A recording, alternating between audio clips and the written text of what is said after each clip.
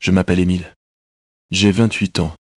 Après mon divorce, j'ai déménagé dans une petite ville appelée Petit Bourg en Alabama. À part la maison de mes parents, je n'avais vraiment nulle part ailleurs où aller, alors je suis venu vivre dans la vieille maison de mon grand-père.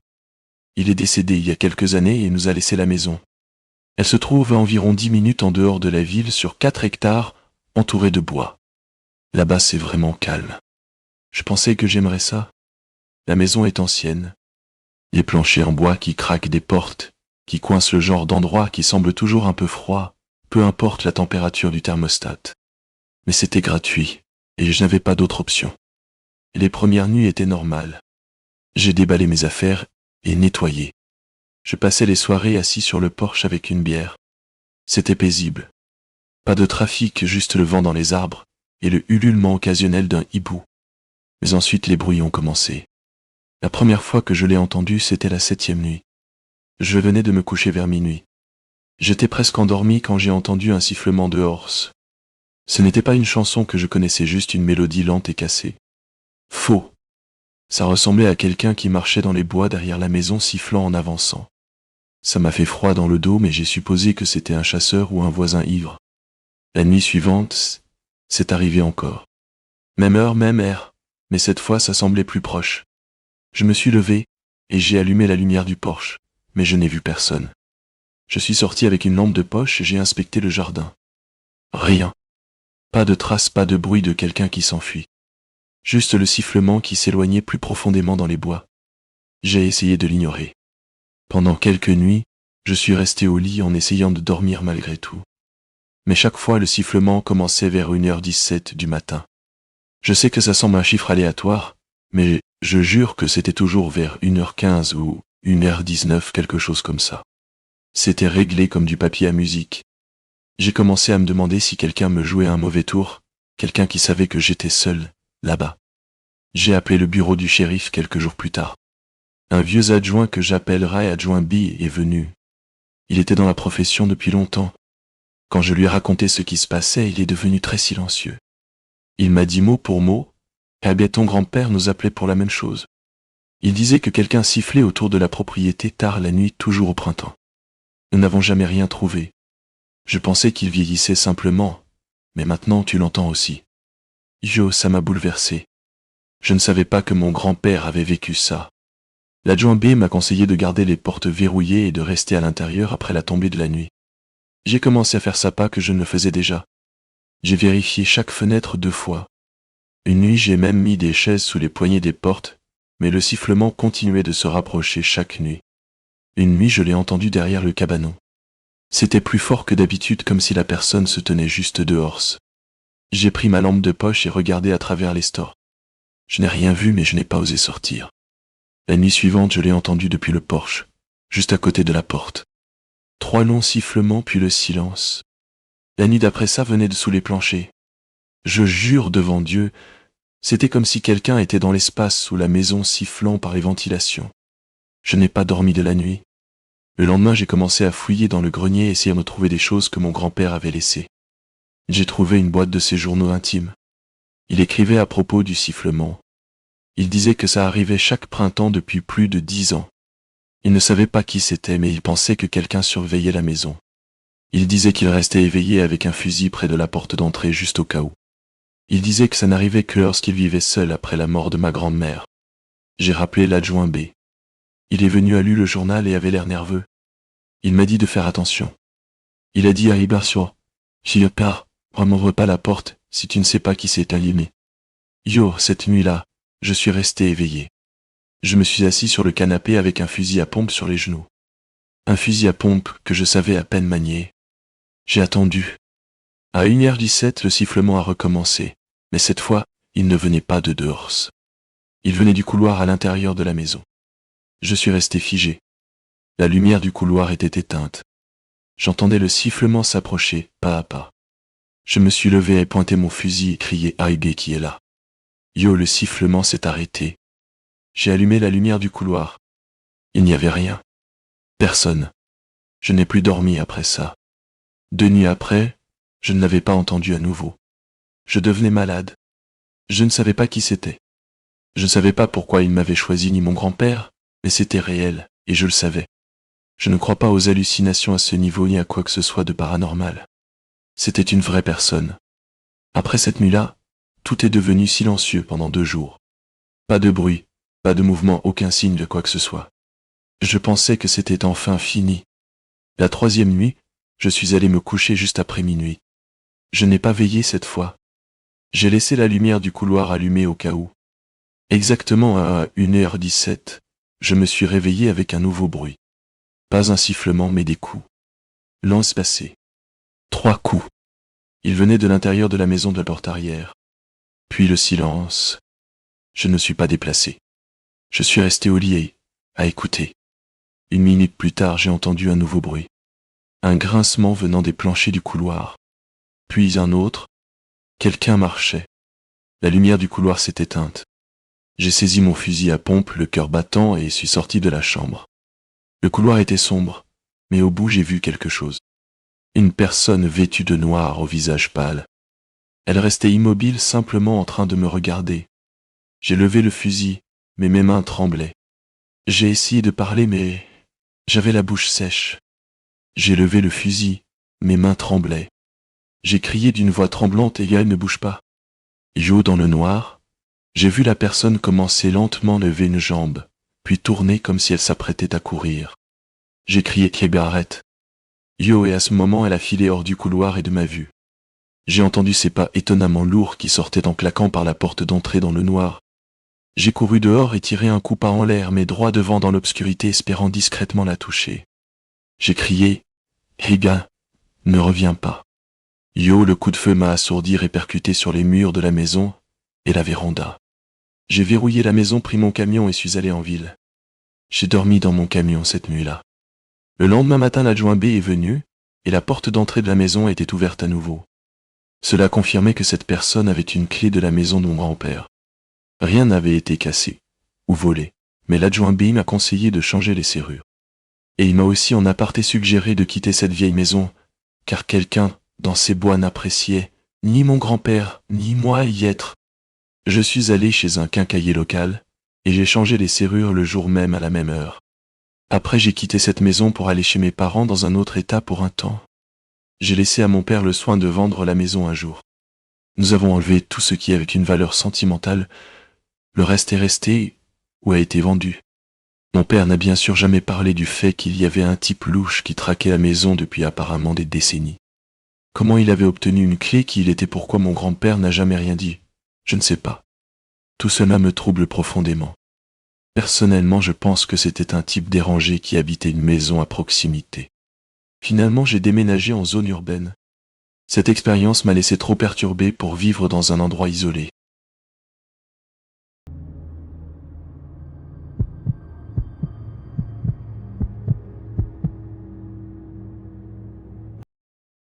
J'ai 16 ans et je vis maintenant en ville, mais j'ai passé les 8 premières années de ma vie à la campagne. Pour certains, cela peut paraître étrange, car on me laissait dès mon plus jeune âge me promener dans le petit village sans surveillance de mes parents. La zone n'était pas très grande, et la population totale comptait environ 90 personnes au maximum. En gros, tout le monde connaissait tout le monde, au point que mes amis et moi nous souvenions des numéros d'immatriculation des voitures et à qui elles appartenaient. C'était une chaude journée d'été. Mon ami et moi, que j'appellerais Jonas, avions très soif de Coca-Cola. À l'époque, les sodas étaient très bon marché dans ces petits supermarchés, et il nous fallait juste quelques centimes pour avoir assez d'argent pour acheter 2 canettes. Heureusement, une vieille dame nous appela depuis sa maison. Elle expliqua qu'elle allait préparer du thé à la menthe pour tout le monde, car son anniversaire approchait. Le problème, c'était qu'elle n'avait plus de plan de menthe, alors elle nous dit que si nous remplissions 2 sacs en plastique de feuilles de menthe, elle nous achèterait autant de sodas que nous voulions. Jonas et moi avons trouvé que c'était une excellente idée, car je ne voulais pas demander d'argent à mes parents. Peu après ce jour, nous avons commencé à chercher. Le soleil nous frappait littéralement le front, et nos vêtements étaient trempés de sueur. Nous cherchions de la menthe, mais malgré nos efforts, nous ne remplissions à peine la moitié du premier sac en plastique. Nous étions tous les deux très en colère, car nous savions qu'il était impossible de récolter assez de feuilles avant le coucher du soleil. Pourtant, nous continuions à marcher et à regarder autour de nous, espérant qu'un miracle se produirait et que nous trouverions un champ de plantes. Soudain, 2 grands gars nous sont apparus de nulle part. Et quand je dis grands, ils mesuraient probablement environ 170 à Pourtant ils semblaient immenses à nos yeux de 7 ans. Et ce qui m'a le plus surpris, c'est qu'ils étaient tous les deux habillés en noir, avec de grandes capuches et des pantalons serrés. Aucun d'eux ne semblait avoir plus de 17 ans, bien que leurs traits soient difficiles à distinguer. Ils nous ont parlé avec une voix très amicale et enfantine, leurs mots soigneusement choisis pour ne pas éveiller de soupçons. « Oh eh bien, vous êtes seuls vous deux. » Jonas me regarda. Il avait l'air un peu inquiet et fit un geste de la main pour dire de partir. Malheureusement, la communication non verbale n'a jamais été mon fort, alors je n'ai pas compris ce qu'il voulait faire. Je reportai mon attention sur les deux gars et répondis d'une voix plutôt joyeuse: Yo, oui, on cherche des plants de menthe. Yo, puis je demandai où on pouvait en trouver beaucoup. Ça faisait tellement longtemps qu'on cherchait, et on était vraiment fatigués. Maintenant, je ne suis pas sûr, mais j'ai un bref flashback de l'un des deux gars qui a esquissé un sourire en entendant ce que nous cherchions. L'un s'est accroupi à côté de moi et m'a tapoté la tête. Jonas est rapidement venu près de moi, me tirant un peu par le bras quand il a vu le gars me toucher. Son expression était sérieuse, presque un peu paniquée, et il a demandé au gars qui sont vos parents. Yo, tu vois là d'où je viens, cette question nécessitait une réponse par nom de famille. Comme il y avait peu de gens, pas beaucoup de nouvelles générations naissaient, alors demander qui étaient tes parents était une manière courante d'identifier toute la lignée familiale. Jonas est né à la campagne, il connaissait donc bien mieux les gens que moi. Je suppose qu'il avait peur parce qu'il ne reconnaissait pas ces deux gars-là. Et le fait qu'il parlait à deux petits-enfants sans personne autour, et qu'il me tapait même la tête, lui a tout de suite mis la puce à l'oreille. Juste comme ils le craignaient, ils ont évité la question semblant comme si j'étais leur principal intérêt. En fait, Yobé, je connais un grand champ de menthe. Tu vois cette colline là-bas?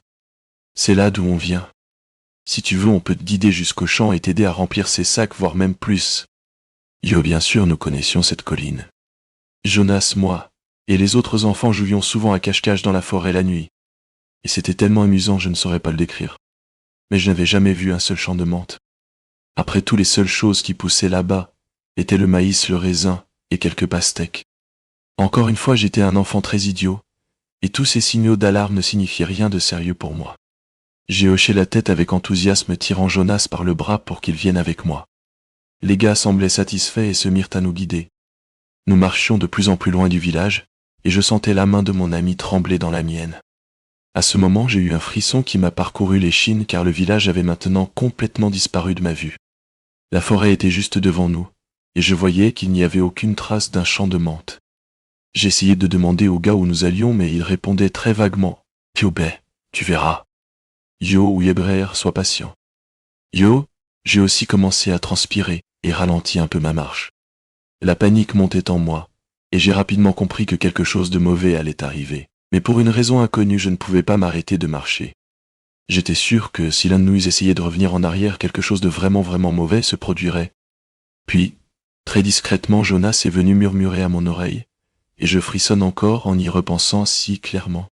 Il a chuchoté aussi silencieusement qu'il pouvait indiquer quelque chose cloche avec ces deux-là. Cours. Yo.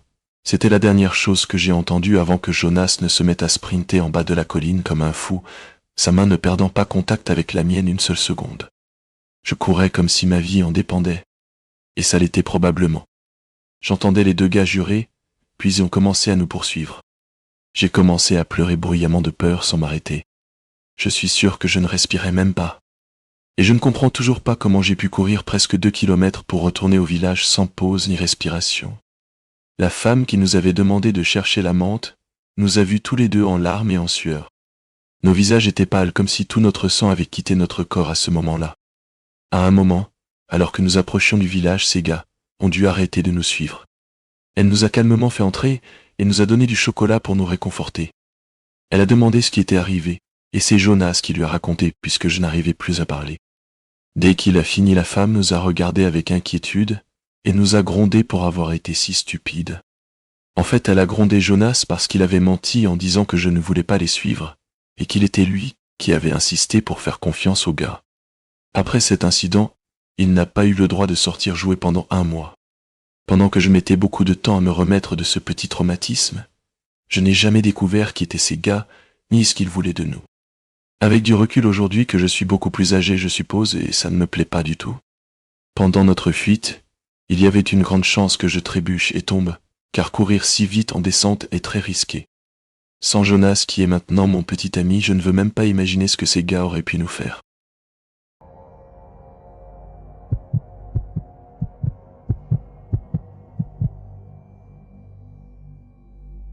J'ai 29 ans, et l'une des seules choses qui m'a vraiment aidé à me vider la tête, c'est le camping. Pas les terrains de camping, ou les parcs nationaux, où il y a du monde autour. Je parle de vrais campings perdus au milieu de nulle part. J'ai grandi dans le nord de la Californie, et j'ai passé la majeure partie de ma vie d'adulte à apprendre à trouver ces petits coins reculés, où on a encore l'impression d'être la seule personne sur Terre. Cette histoire s'est déroulée il y a quelques mois. Je venais de rompre avec mon ex et disons simplement que je traversais une période difficile. J'avais besoin d'être seul. Alors un jour, j'ai juste fait mes bagages dans mon pick-up, et je suis parti. Je n'avais pas de plan précis. J'ai juste pris un peu d'équipement et décidé de retourner à un endroit calme au bord d'une rivière que j'avais trouvé une fois par hasard. Ce n'était pas un vrai camping, juste un petit méandre du fleuve accessible par un chemin de terre à peine visible qui passait au milieu de rien. Je suis arrivé en fin d'après-midi, mais dès que j'ai tourné dans ce chemin, j'ai senti mon estomac se nouer un peu. Il y avait déjà 2 pick-up garés près de l'entrée du sentier, un gris et un blanc. Je ne voyais personne autour, mais savoir que d'autres personnes étaient là a un peu tué l'ambiance pour moi. Je n'avais pas fait tout ce trajet au milieu de nulle part, pour croiser du monde. J'ai hésité un instant à faire demi-tour pour chercher un autre endroit. Mais je me suis dit que la rivière était longue et que ceux qui possédaient ces camionnettes campaient sans doute assez loin pour que je ne puisse pas les voir. J'ai marché une quinzaine de minutes en aval, et j'ai vu 2 gars en train de pêcher. Ils avaient l'air du genre qu'on s'attend à voir à la pêche barbes épaisses, un peu en surpoids, grosses bottes, mais ils semblaient plus occupés par autre chose. En m'approchant, l'un d'eux a rapidement caché quelque chose sous sa veste et m'a lancé un sourire gêné, à moitié forcé. En passant, il m'a dit qu'il faisait juste du tir au but sur des boîtes de conserve et qu'il ne voulait pas me faire peur. J'ai juste hoché la tête poliment et continué sans rien dire. Mais ses paroles me sont restées en tête. Ce n'était même pas ce qu'il avait dit qui me dérangeait, c'était la manière précipitée et maladroite dont il l'avait dit, comme s'il essayait trop de paraître naturel. J'ai eu ce sentiment étrange qu'il y avait quelque chose qui ne collait pas. Mais je l'ai refoulé. Les gens là-bas n'étaient pas réputés pour leur sociabilité. Les habitants des campagnes sont souvent un peu bizarres avec les étrangères. Je me suis dit de laisser tomber et de chercher un bon endroit pour installer mon campement. J'ai trouvé un coin un peu plus loin vers le méandre où les arbres étaient plus denses et où le sentier disparaissait de la vue. Ce n'était pas parfait, mais c'était assez isolé pour que je me sente seul au monde. J'ai monté mon camp, sorti un livre et essayé de me détendre. Il a commencé à pleuvoir doucement peu après, alors j'ai mis ma veste de pluie et poursuivi, me laissant bercer par le bruit de la rivière et la pluie légère. Plus tard, je suis allé vers les rochers au bord de l'eau pour réfléchir un peu. C'est là que j'ai vu quelqu'un de l'autre côté. C'était un des gars d'avant, celui qui m'avait parlé, mais cette fois, il était seul. Il m'a repéré et m'a fait signe. J'ai hésité puis répondu en faisant un signe de la main, pensant qu'il valait mieux être policé. Il a crié son nom. Je ne sais pas pourquoi, mais j'ai répondu mon vrai prénom Anisha sans vraiment réfléchir. Il est resté là un moment puis a sorti quelque chose de sa veste. Au début, j'ai cru que c'était un téléphone, mais j'ai vite compris que c'était plutôt un appareil photo jetable. Avant même de comprendre, il l'a levé et a pris une photo de moi de l'autre côté de la rivière. Puis sans un mot de plus, il s'est retourné et remonté la berge comme si de rien n'était. J'étais vraiment mal à l'aise. Ses manières étranges, son langage bizarre, c'était une chose, mais prendre une photo de moi, c'était du jamais vu. Je suis retourné à mon camp et ai décidé d'y rester pour le reste de la nuit.